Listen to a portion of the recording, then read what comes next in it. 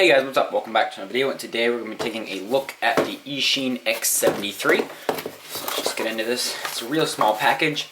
Just have this piece of foam, and the quad is just secured in here. There's not much included, and that's it. Just this foam, the box, and the quad. So this is a little micro FPV quad meant for indoor flying. You can see it's kind of the Tiny Whoop size, a little bit bigger. Here's my Ftdi F36. So you can see it's a little bit bigger, but that does let it use larger props. I believe this has 7mm motors. Yeah, I think it has 7. You can see the frame just right away. It's the frame is the circuit board, the PCB, and it's definitely not something I like. However, even with my Proto X, if some of you remember that, that's quite old now, a little nano quad.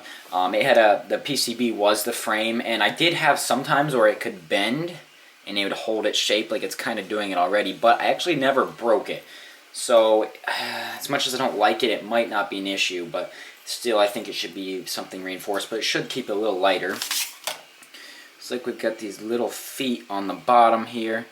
Looks like they're holding on well, so they might be glued on there, or they might be pressure fit, but the little notch for the wires to come out should give it a pretty decent landing there.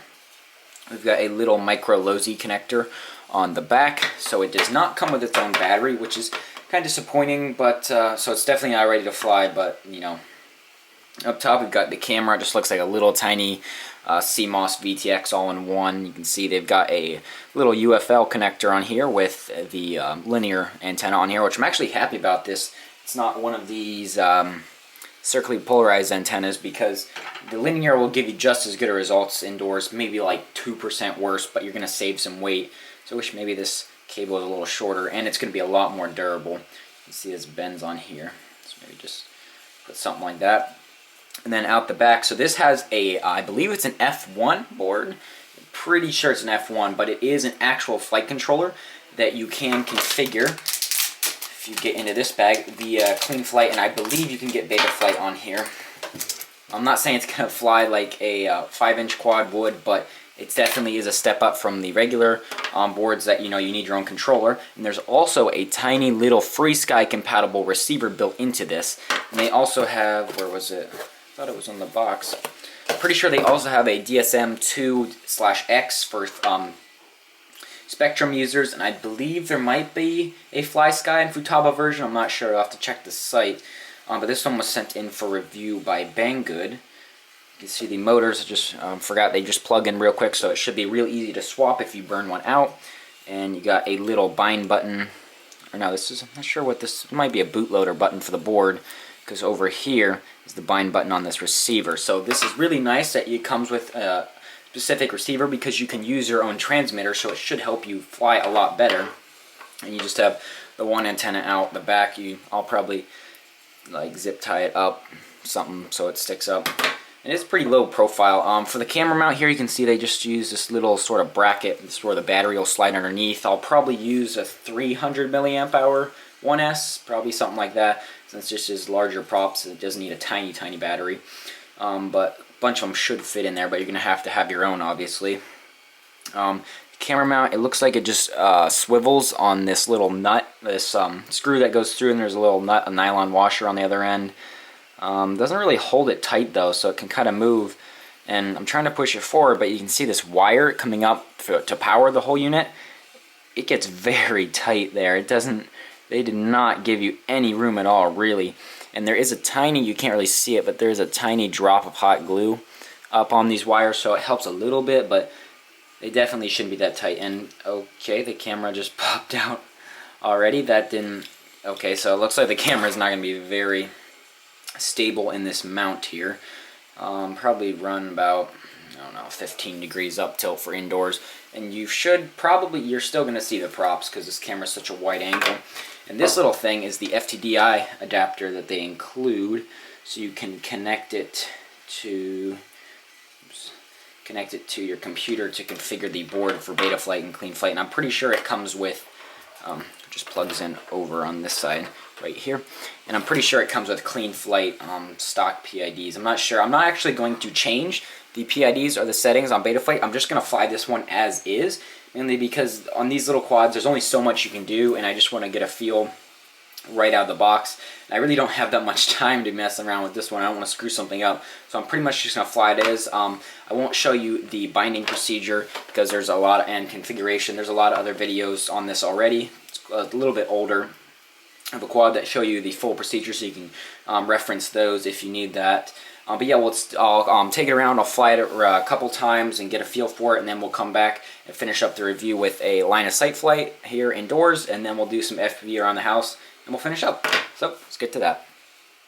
Alright, so here we are for the quick indoor flight of the Eachine X73. Turn my Tyrannus and the quad there, and we're bound up.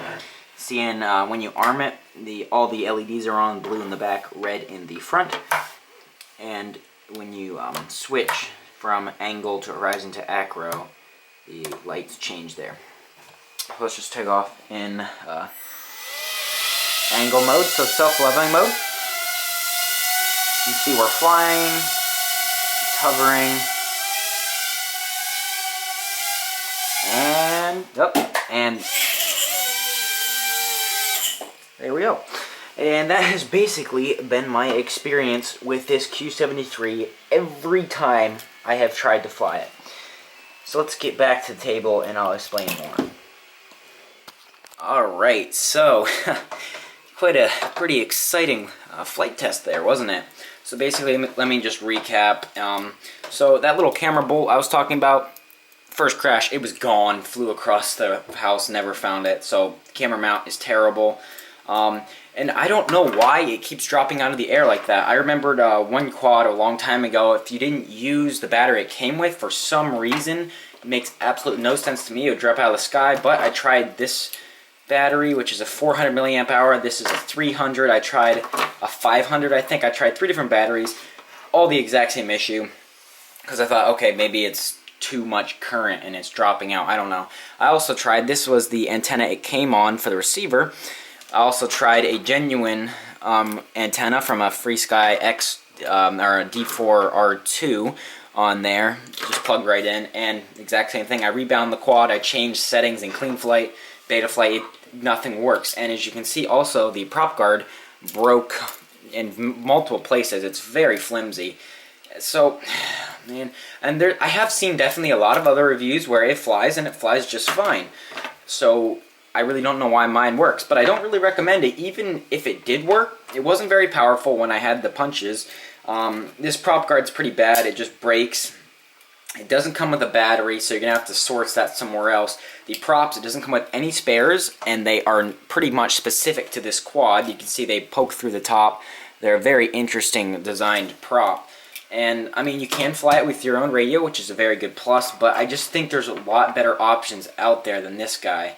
And I really wish I could have given it more a chance, but I've been trying for 2 days now, and it's still, every time it does that. I haven't even tried to fly it FPV, because even if I hover it and don't even move it, about 10 seconds later, it'll drop out of the sky, and it'll land upside down and keep going, because I'm pretty sure it fail-safed for some unknown reason. It just keeps doing that, even with the new antenna that is in perfect condition. So yeah, I don't really like this one. I'll leave a link down below to my Patreon if you wish to help support the channel and you enjoyed the video, as well as a link down to Banggood below to check this out, because if you still are interested, there, definitely check out other reviews. A lot of other people have success, but once again, not my top pick. So please subscribe if you want already, and I will see you in the next video. Bye.